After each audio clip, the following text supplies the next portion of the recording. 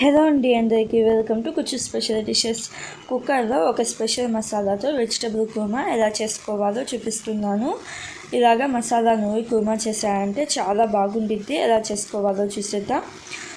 ముందుగా మిక్సీ జార్లో నువ్వులు ఒక 2 టేబుల్ స్పూన్లు, అలాగే ఎండు కొబ్బరి సన్నగా కట్ చేసింది ఒక 2 టేబుల్ స్పూన్లు వేసుకుంటున్నాను. అలాగే జీడిపప్పు ఒక 8 దాకా వేసుకొని, ఒక దాల్చిన చెక్క, అలాగే 3 యాలకులు, 3 ఇలాచీలు దాకా వేసుకొని ఒక జాపత్తి వేసుకోండి. అలాగే బాదం పప్పులు కూడా ఒక 15 దాకా వేసుకొని బరకగా గ్రైండ్ చేసుకోండి.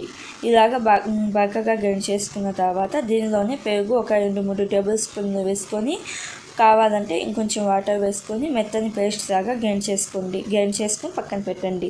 ఇప్పుడు స్టవ్ ఆన్ చేసుకొని కుక్కర్ పెట్టుకొని ఒక 2 టేబుల్ స్పూన్ల దాకా ఆయిల్ వేసుకొని, 1 బిర్యానీ ఆకు, అలాగే 1 స్టార్ అనేసి వేసుకొని 2-3 పచ్చిమిర్చిని సన్నగా కట్ చేసుకుని వేసుకోండి.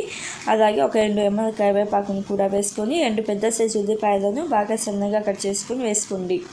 ఈ ఉల్లిపాయలు కొంచెం పింక్ కలర్కి వచ్చేదాకా ఫ్రై చేసుకోండి. ఉల్లిపాయలు కొంచెం పింక్ కలర్కి వచ్చిన తర్వాత అల్లం వెల్లుల్లి ఇలాగా బరకగా గ్రైండ్ చేసుకొని ఒక 2 టీ స్పూన్లు వేసుకొని పచ్చివాసన పోయేదాకా ఫ్రై చేసుకోండి.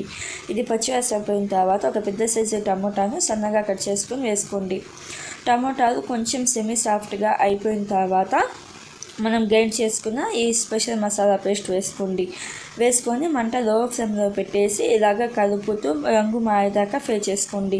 ఇది కొంచెం అడుగంటేసిద్ది, అందుకని కలుపుకుంటూ ఉండండి. ఇది కొంచెం రంగు మారిన తర్వాత పసుపు ఒక 1/2 టీ స్పూన్ వేసుకోండి. అలాగే ధనియాల పొడి ఒక 2 టీ స్పూన్లు వేసుకొని, కారం ఒక టీ స్పూన్ వేసుకోండి. అలాగే జీలకర్ర పొడి ఒక 1/2 టీ స్పూన్ దాకా వేసుకొని, ఉప్పు కూడా ఒక 1/2 టీ స్పూన్ వేసుకోండి. తర్వాత చూసుకొని వేసుకోవచ్చు. ఉప్పు కూడా వేసుకొని ఒక 2-3 నిమిషాల పాటు ఫ్రై చేసుకోండి. ఇలాగా ఒక 2-3 నిమిషాల పాటు ఫ్రై చేసుకున్న తర్వాత సన్నగా కట్ చేసిన బీన్స్ ఒక 1/2 కప్పు, అలాగే క్యారెట్ ఒక కప్పు దాకా వేసుకుంటున్నాను. అలాగే పచ్చి బఠానీ ఒక కప్పు వేసుకుంటున్నాను. అలాగే 3 మీడియం సైజు బంగాళాదుంపలు పైన తొక్క తీసి ఇలాగ మీడియం సైజుగా కట్ చేసుకొని వేసుకుంటున్నాను. వేసుకొని మంట హై ఫ్లేమ్లో పెట్టేసి ఒక 2-3 నిమిషాల పాటు బాగా కలుపుతూ ఉండండి. ఇలాగ హై ఫ్లేమ్లో ఒక 2-3 నిమిషాల పాటు ఉడికించుకున్న తర్వాత నీళ్ళు ఒక గ్లాస్ లేకపోతే ఒక 1.5 గ్లాస్ దాకా వేసుకోండి. నీళ్ళు ఒక 1.5 గ్లాస్ దాకా వేసుకొని ఒకసారి బాగా కలుపుకోండి. ఇలాగ ఒకసారి బాగా కలుపుకున్న తర్వాత పైన మూత పెట్టేసి మీడియం ఫ్లేమ్లో ఒక 2-3 విజిల్స్ రానివ్వండి. విజిల్ వచ్చిన తర్వాత విజిల్లోని గాలి మొత్తం పోయిన తర్వాత ఇప్పుడు మళ్ళీ మంట ఆన్ చేసుకోండి. మంట ఆన్ చేసుకొని ఒకసారి బాగా కలపండి. ఒకసారి బాగా కలుపుకొని ఉప్పు కారం సరిపోయిందో లేదో చూసుకొని అడ్జస్ట్ చేసుకోండి. నాకైతే సరిపోయింది. ఇప్పుడు దీనిలోనే సన్నగా కట్ చేసిన కొత్తిమీర వేసుకొని గరం మసాలా పొడి ఒక 1/2 టీ స్పూన్ దాకా వేసుకుంటున్నాను. మీరు కావాలంటే కసూరి మేతి కూడా 1 టీ స్పూన్ దాకా వేసుకోవచ్చు. దీనిలోనే మెయిన్గా ఘీ లేదా బటర్ 1 టీ స్పూన్ దాకా వేసుకోండి. ఈ బటర్ టేస్ట్ అయితే చాలా బాగుంది, అస్సలు మిస్ కాకండి.